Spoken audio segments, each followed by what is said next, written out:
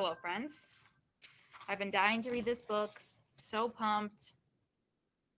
We learned a lot last week. If you remember, Chase lost his memory, amnesia. He remembers how to do things like how to write his name and things like that, or how to use a pen, how to go to the bathroom and stuff, but he can't remember his family, his friends.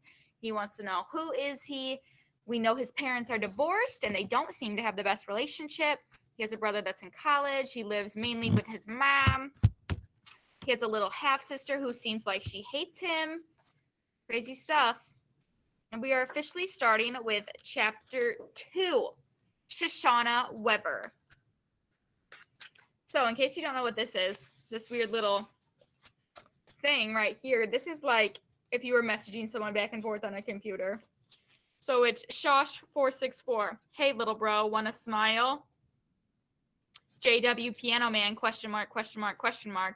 Shosh, Alpha Rat took a header off his roof and almost killed himself. Oh, wait, just closed my book on accident. Time out.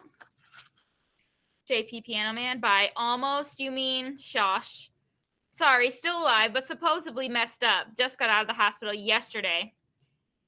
JW Piano Man, by any chance Beta and Gamma Rats fell with him? Nope, solo performance. Don't get greedy. Smiling yet? JP Piano Man. Now who's being greedy? Who's Alpha Rat? We can tell just by this conversation. Who is Alpha Rat? Zach? Chase, because Chase is the one that fell off the ladder, or fell off his roof. So the Shoshana person and whoever JP Piano Man is, apparently called Chase Alpha Rat. Okay, so I don't think we call him people we like rat. So, and she's asking if he wants to smile that he fell off the roof. So we're gonna assume these people don't like each other. I exit messages and called Joel because I'm worried about him. I always worry about him. He's my younger brother, 14 minutes younger, anyways. But if the thought of Chase Ambrose falling off the roof onto his stupid head doesn't bring a smile to Joel's lips, then something is seriously wrong. Besides the usual, Hey, he answers. Even in the single syllable, I can pick up the discouraged tone in his voice. He's angry and homesick, and who can blame him? It's not like going away to boarding school was his first choice, or even his 20th. Is Melton getting any better, I ask, almost afraid to hear the answer. That's Melton Prep and Musical Conservatory in New Britain, Connecticut. What can I tell you? It's exile. I don't argue with him. How can I? Joel's a talented musician who belongs in a place like Melton. But that doesn't change the fact that he'd still be at home starting 8th grade at Hawassee if it weren't for what happened. How are the other kids? Okay, he replies without much enthusiasm. All losers just like me. I'm probably not going to get picked on if that's what you mean. There are no pickers here, only pickies. That bugs me. You're not losers. You're there because you're winners. You have talent. That's a reason why I can't live in my own town. It has nothing to do with playing the piano. It's Alpha Rat, and you know it. If he fell off a skyscraper instead of his own roof, I'd be on my way home right now. Okay, so this person, Joel, is apparently Shoshana's little brother, 14 minutes younger, which makes them twins. And for whatever reason, he is at a boarding school for musicians, which means he's really good at music. Landon, what is over your screen right now? And but he's saying it's Alpha Rat's fault, meaning it's Chase's fault that he's at this boarding school, which I don't know why, but we'll find out hopefully. I have to let that pass because it's the bitter truth. Chase Ambrose and his 2 disgusting friends hounded my poor brother out of town. The thought of it amazes me, even though I saw it happen. I still can't figure it out. Chase isn't Darth Vader or Voldemort. He doesn't have the Force or dark magical powers, and yet he, Aaron Hackneman, and Bear Bratsky made Joel's life so miserable that my parents had no choice but to find a school in another town. All right, so apparently Chase and his 2 friends, Aaron and Bear, are bullies. Oh, snap. And remember, Chase doesn't remember being a bully, so, but that's not very nice. We tried to fight it. My dad spent so much time in the principal's office that it would have made sense for him to leave a change of clothes there. But nothing could be done about the bullying. Most of the time, there was no way to prove who was doing it. A random foot tripping Joel in a crowded hall. A shoulder rammed into his chest that sent him sprawling. Sorry, man, didn't see ya. Dog poop pushed through the vents of his locker, his clothes mysteriously disappearing from the changing room to be displayed by a rabbit suit. When a science project wound up smashed or paintings ruined in the art room, it was always Joel. On the night of the talent show when the fire alarm was pulled, it was during Joel's piano performance. It started with just Chase and Aaron and Bear. Eventually, though, it spread. And the other kids, well, they couldn't help but notice that every time someone was making a fuss or protesting or stuffed into a locker or mummified with toilet paper, it was my brother. Before you knew it, Joel was the school victim and the school joke. His life was practically unbearable. Who do you blame? The principal? Dr. Fitzwallace did what he could, but most of the time there wasn't any evidence. Sure, he could just make the occasional try. There was this time Chase chucked a lacrosse stick at Joel's bike and the butt end got jammed in his spoke. Joel went flying over the handlebars and wound up with a sprained wrist, a black eye, and a nasty scrape along his jaw stretched chin to ear. There was plenty of witnesses to that one. Dr. Fitzwallace was all set to throw the book at Chase, a long suspension, the works. The school board overruled him. They agreed it was wrong to throw the stick, but insisted that Chase couldn't have predicted it would have resulted in such serious injury. Chase couldn't have predicted it would result in. Ha! The real reason was that Chase was the town sports hero, the son of the last town sports hero. Chase's dad had a lot of admirers on that board, and my family didn't.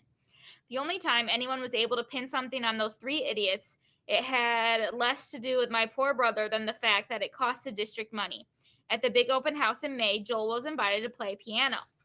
He's by far the best musician around here, even if none of the other kids appreciate it. Anyways, Chase, Aaron, and Bear planted 6 cherry bombs inside the school's baby grand. Time for the middle of the performance. I can still hear Joel scream when the big firecrackers went off, splintering the wood of the piano. I think that's part of what makes him such an irresistible target for the chases of the world. They know they can always get a reaction out of him. After that, Joel couldn't even walk down the hall without a bunch of football players making fun of how scared he was. We were all scared, but it's only Joel they remember. The irony is that the case against Chase and company had nothing to do with the attack on my brother. No, it was for the damage of the piano that got the administration upset enough to bring in the police. The juvenile court judge sentenced Chase, Aaron, and Bear to community service at our town's Cedar Citizen Home, as if the elderly deserved that. You would think Chase would leave Joel alone after that. It would have made sense, but sense has never been an alpha rat quality. So my parents found a new place for Joel, because as long as that bully was around, my brother would never be safe. Joel's probably right that if Chase had fallen off a skyscraper instead of a roof, he'd probably be able to leave Melton and come home. Sometimes I feel like I should be up on a tall building pushing Chase over the side. But that would make me out to be no better than him, and I am better. Everyone is. Okay, so we have learned an awful lot about Chase through Shoshana's eyes. Apparently Chase, mean old bully, who was falling off a roof. But her brothers can't live there because he's so mean. They literally planted bombs, cherry bombs, like firecrackers inside a piano, like inside a building. That's illegal. Don't do that. Craziness. All right. The night before the first day of school, my dad always used to take Joel and me to Haven on Ice, which is one of those self-serve frozen yogurt places. Even though Joel and I are twins, our dessert strategies are totally opposites. I get vanilla yogurt with just a handful of chocolate sprinkles. Joel prefers a thimble of yogurt and 99% toppings. It's a competition to see who can load up the most weight. I don't want to go this year. Come on, Josh, my dad wheeled. It's a tradition. All your friends will be there. Not my best friend. Her best friend is obviously her brother. Twins from, they have a really close bond. He gives me a smile. So you and Joel are best friends now, and he's home. You two fight like cats and dogs. He should be home now. I know Dad's trying to help, but I'm determined to be miserable. We've been over this a million times. This is the best thing for Joel. Whatever the reason he's there, he'll learn to love Melton for the music program. In the end, I let him talk me into going. Mom and Dad are worried about my brother enough. I don't need them stressing over me, too. It's weird to be a Haven on Ice without Joel. I see Hugo and Marissa And the first question they ask is, how's Joel doing? The way they say it, it's like he's been shipped off to the moon, not Connecticut. I don't want to deal with the whole sob story again, so I changed the subject and asked them about camp. They both went to sleepaway this summer. Right when Hugo was telling me about his life and death struggle with a pup tent, I spot him, the jerk, the worst person in the world. Chase has a few small cuts and bruises on his face, although nothing like what I was hoping for. His left arm is in a sling, and that's about it. He's standing in front of a yogurt dispenser with a timid look on his face, like he honestly can't decide what flavor he wants. Isn't that classic? The kid who feasted on Joel, chewed him up, and spit him out can't make up his mind between strawberry banana and rum raisin. Too bad they don't have poison. He must feel me glaring at him because he glances up and catches my eye. He looks right through me at first, which is insulting enough, and then he does something so horrible that I can barely believe it, even from the likes of him. He casts me a shy smile. All the anger that's been building inside of me since Joel left for Melton rises to the surface like magma, which is lava, we know.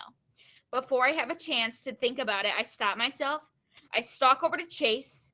I get right in his face and tell him, "You've got some nerve grinning at me after what you did. You stay out of my way or you'll be sorry." I take my beautiful vanilla yogurt with chocolate sprinkles, dump it over his head, and sweep out of the store. My father's in conversation with one of the other dads and almost misses me storming past. "Done so soon?" he asks. Then he looks back inside and sees our family's arch enemy dripping frozen yogurt and sprinkles down his face, dabbing himself with silk napkins with his free hand. "Car's around the corner," Dad mumbles, hurrying me away from Haven on Ice. He's embarrassed, sure, but maybe also a little bit proud. How do I feel? I thought there was nothing Chase could do to make me madder at him already. Now I stand corrected. Every time I think about it, my blood boils a little bit hotter. After all the bad history we went down between me and Joel, I swear he looked at me like he'd never seen me before in his life, like he hadn't played a starring role in destroying my family. Can someone tell me why Chase looked at her like he's never seen her before? Why did Chase look at her like he's never seen her before? Michaela, unmute yourself. Because he lost his memory, so he doesn't know who she is. Right, he literally thinks he's never seen her before. He has no memory. He didn't even remember his own mom. So he sees this girl he's never seen before, kind of smiles at her. Well, she obviously knows who he is. So he really hasn't. Like, he looked at her like he's never seen her before because that's how he feels. Like, he's never seen her before. And she literally thinks that he is responsible for destroying her family because her brother can't live there. So obviously she's got a lot of built up anger at him. And she literally said, "Stay away or you'll be sorry." So snap. We are back to chapter 3, Chase's opinion, or Chase's point of view now. I recognize the school, not because I remember it. It's just because that mom drove me by here a few times over the last couple of weeks to make sure I'd be sort of familiar with the place. It's called Hiwassee Middle School, and it turns out I'm the star of just about every team they have, or X-star. Until further notice, I'm on the disabled list. I get this information from Mom on the drive to my first day of 8th grade. It's just the two of us now since Johnny's back at college. Mom's trying to fill me in on my former life so I won't be caught by surprise, like when the psycho girl dumped frozen yogurt on my head. Funny. She was sympathetic when I told her about that, but she didn't seem very surprised. Like we live in a town where people attack each other with desserts all the time. "Oh," she replied airily. "Young girls can be oversensitive, especially with a popular athlete." She smiles at you. You don't smile back. She takes it personally. "But I did smile. She's the one who didn't. She went straight for the yogurt." She rolled her eyes. "What do you want me to say, honey? I don't know who this mysterious yogurt bomber was." But here's the thing. I think she did know, or at least she could make a pretty good guess. Why would she hold that back? It wasn't like those first days out of the hospital when she was a stranger to me. I must have seemed pretty unfamiliar to her. Now, okay, so to me, this seems like his mom probably did know who dumped the yogurt, but she's not telling him. Like, she's trying to protect him because remember, Chase is a bully, but he doesn't know he's a bully. Oh my goodness. This book gets me every time. Now, as we pull to the curb in front of the school, she's pumping me up with details like names of my friends, teachers I get along with. Yet I still can't shake the impression that there's something that being left unsaid. But I prompt, she reddens. But what? I put it to her. Tell me the part you're leaving out. 13 years is a long time, Chase. There's no way I can fill in all the empty space for you while we're parked at the side of the road on your first day of school. You're going to hear things about yourself, good and bad. That might surprise you. Just keep your cool, okay? Now, what's that supposed to mean? I asked. She answered, and now I know even less than before. Her face is the color of an overripe tomato. Don't push it. You'll find out soon enough. There are hundreds of kids pouring in the front entrance. Everybody seems to know everybody else. Back slaps, high fives fly everywhere, several of them flying in my direction, and I smack hands, fist bump, and try to look like I belong, which I definitely don't. I also get some strange looks, and a few kids meet my eyes, then furtively look away. I guess this has something to do with the scrape on my face and my immobilized arm and shoulder. Mom warned me that a lot of people probably heard about my accident, but nobody knows the amnesia part. I have to get ready to explain that a lot of friends who can't figure out why I can't recognize him. The teachers and the office have been told, of course. It's our boy. A single bellow rises above the general chatter as soon as I enter the building. I don't know the kid, but I'm willing to bet he's one of my football buddies, judging by the size of him. From out of the hubbub of the foyer, guys who are almost as big are converging on me, slapping on me, calling me their boy. Guys, not this shoulder. Mind your reeling. How am I going to explain to this welcoming crowd that I haven't got the faintest idea who they are? I start to feel a little bit dizzy. Chase! Two more football players elbowed their way to my side. To my surprise, I actually recognize this pair. They're the guys from the pumpkin smashing picture on my phone. Mom pointed them out in my lacrosse team photo as Aaron and Bear. Apparently, they're my best friends. Dude, good to have you back, barks Aaron, the taller of the two. In person, he was the closest thing to a full beard I've seen on a middle schooler. We tried to come by, but your mom said you were on bed rest. Yeah, I can't believe you're here, chimes in the other guys. Didn't you jump off the clock tower on the village green? Bear whaps him across the face. He jumped off his roof, moron. If he didn't jump off the clock tower, he'd be dead. And he didn't jump, he fell. Who's stupid enough to jump off a roof? Aaron adds. This was pretty stupid too, I admit. A little taken aback by the full face smack and the fact that the kid on the receiving end didn't seem to mind it. I can't remember what I was thinking. In fact, the guys, to be honest, the slappy cuts me off. But you're going to be healed up in time for football season, right? You'll be ready for the first game? The doctor said no, it's my shoulder, but mostly it's the concussion. I can't risk taking a headshot so soon after the accident. A howl of protest greet this announcement. But we need you. You're the leading scorer, the best player, our captain. Cut it out, you guys. Aaron orders. Injuries are part of the game. We all know that. To me, he adds, listen, man, we have to talk to you. Oh, okay. Gotta talk to him. He heads off to the foyer to the inner atrium with hallways leading off of it. We have no problem navigating the dense crowd. My two best friends just push people out of the way. Most kids see us three and clear out on their own. They lead me to a bench along the wall. Are these seat takens? I ask a youngish boy, maybe a sixth grader. Before he can answer, Bear mumbles, they are now. The kid scrambles down the hall, propelled by a hefty shove. So Chase, remember, he doesn't remember his old life, doesn't remember being mean, so he sees a kid sitting there, and he's like, oh, yeah, is this seat taken? Can I sit here? And Bear and Aaron are just shoving him down the way. So, I sit down with my fellow pumpkin smashers. Before they can say anything, I burst out with Aaron Bear. The names are unfamiliar on my tongue, like I've never spoken them. I gotta tell you something. When I fell off the roof, I got more than a concussion and a sprained shoulder. I got amnesia too.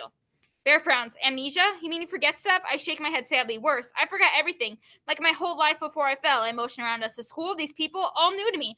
I wouldn't even know you guys except your pictures are on my phone. As it is, I don't remember anything about us. I know we're friends because my mother said so, but everything we did together, that's gone.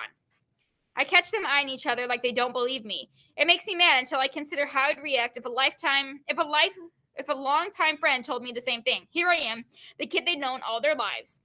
I look the same, talk the same, and I'm telling them that all of our history is completely wiped out. I don't blame them for thinking I'm joking. It is a joke, just not a funny one. I speak again. It's not just you guys. Think how it feels to see some random stranger instead of your own mother, your brother, your dad, and trust me, I'm not loving the thought of dealing with 800 kids in the school who think I'm dissing them because I can't remember who they are. Bear stares at me hard. Wait, you're not kidding, are you? I wish, I said. He's stunned. Wow. But Aaron leans forward, practically into my face. Yeah, but your memory's going to come back, right? There's an urgency in his voice. He must really hate it that I'm missing out on the good old days. Some of it, maybe, I replied, but also maybe not. The doctor said it's impossible to know. They look at each other again, and there's no mistaking how freaked out they are. I feel a surge of warmth towards these two, my best friends. Then a giddy vision on my phone. Then I have a giddy vision on my phone screen. The three of us brandishing the baseball bat with a ruined jack-o'-lantern, the good old times. Guys, I try to reason with him. I'm still me, even if I don't remember the stuff we did together. We'll do new stuff, better stuff. Oh, yeah, totally, Bear swims. And if you can't play football, you'll be good for lacrosse in the spring, right? The doctor said I should be okay by then, although we have to see. There you go, he sounds upbeat, although I'm pretty sure he's faking it. This can't be an easy thing to process. If I wasn't the one with amnesia, I don't know how I'd accept it myself. We're here for you, man, Aaron adds, slapping my back and sending a jolt of fire through my separated shoulder. I swallow an angry warning, one step at a time. Welcome back, boys, in a deep voice and tones. A tall man in a charcoal gray suit approaches our bench. Chase, I'm Dr. Fitzwallace, your principal. I thought I'd reintroduce myself under the circumstances. We've met before, of course. A strangled, you can say that again, comes from Bear. The principal silences him with a single look through the steel-rimmed glasses. Chase, come with me. Let's have a little chat. My friends are already slouching off down the hall, so I follow the principal into his office. On the wall are two large framed photographs, and I'm surprised that I identify one of them. It's on the wall, too. It's on my wall, too. Part of the newspaper clipping about our football championship last year. It's me, helmet pushed on the back of my head, hoisting the trophy. The other is similar, although you can tell it's a lot older. The poise is almost identical, a younger player raising the same trophy. I can't explain it, but the kid looks sort of familiar. But that's crazy. How can I recognize him? I don't recognize anybody. Dr. Fitzwallace is watching me. That's your father. Our only other win at state back when he was your age. Wow, no wonder Dad calls me champ. I should call him champ too. I tell the principal, I don't know. I didn't know he won state. I mean, I'm sure I knew at some point. That's exactly what I'd like to talk to you about. Have a seat, Chase. Dr. Fitzwallace lays me into a chair. I have to confess, this is the first time for me. I've never had a student suffer from amnesia before. Must be pretty upsetting to you, even a little frightening. It's pretty weird, I admit, not remembering anybody. It's like I'm surrounded by these people, but I'm still alone. The principal sits down behind his desk. I hope we can make this situation a little easier on you. I've alerted all your teachers and support staff. So we're ready for you. If you have any issues, just have whoever gets involved get in touch with me. I thank him because that's what he seems to expect me to do. One more thing. He leans back in his chair, and when he speaks again, it's slowly and carefully, as if he's trying to get the words exactly right. This is an awful thing that happened to you, but it also is presenting you with a rare opportunity. You have the chance to rebuild yourself from the ground up, to make a completely fresh start. Don't squander it. I'm sure you're not feeling very lucky, but there are millions of people who'd give anything to stand where you're standing now, in front of a completely blank canvas. I stare back at the principal. What is he talking about? I'm struggling to discover the person I was, and he wants me to change? What was so wrong about the old me that now I have to be somebody else? Snap. Let's all take 5 seconds and talk about that. So, what the principal's saying is true. Chase literally has a blank canvas. He doesn't ever remember being mean to anyone. He doesn't remember ever not liking anyone. He literally doesn't remember people at all. His best friends, Aaron and Bear, clearly remember stuff. So his principal is saying that, hey, it sucks you don't remember anything, but this could be your chance to, make new. Which, I mean, I think it could be really hard to start over your life again, especially in 8th grade. So now we know how old he is, by the way. It's the beginning of 8th grade. But, anyways. Right. Good one, Landon. So he probably says that because he knows he's a bully. Right. Remember when Bear and Aaron and the principal were all around him, and the principal was like, oh, yeah, we've met before. Both Bear and Aaron were like, yeah, we are, because they've been in trouble. They've been to the principal's office. They know that he's met the principal a trillion times, not necessarily for good things. So the principal knows the type of kid he is. But obviously, Chase doesn't know the type of kids he is. So the principal's saying, you know, hey, this is a good time for you to start over. So we are, don't get off. I repeat, don't get off. We are going to stop there for today. Tomorrow, we're going to read more. Traditionally, on e-learning days, you guys don't have reading RTI and math RTI. But this e-learning day on Wednesday, you guys are going to have a ReadWorks assignment. FYI. So you're going to have that on Wednesday. But tomorrow, we're going to read more. But anyone loving the book so far? Give me a thumbs up, thumbs down. How are we feeling about it? I'm obsessed. Like I said, you guys are going to find out so much. And it's really just a lot of decisions that Chase is going to have to make in the future about who he really wants to be, which I think, you know, we should keep in mind what the principal said. Like, he has the perfect chance to restart his life. Imagine if today you had to restart your life. What type of person would you want to be? You know, like, do you want to be a perfect student? Do you want to magically become a good athlete? Do you want to be nicer? It's interesting thought, you know, changing your life all of a sudden. But we are going to end there. This recording will be posted, of course, tomorrow. We will start as soon as we get together. We're going to start reading. I want to finish hopefully 2 more chapters tomorrow, maybe 3, probably only 2. So I will see you guys tomorrow in Reading RTI. No homework for Reading RTI. Ta-ta.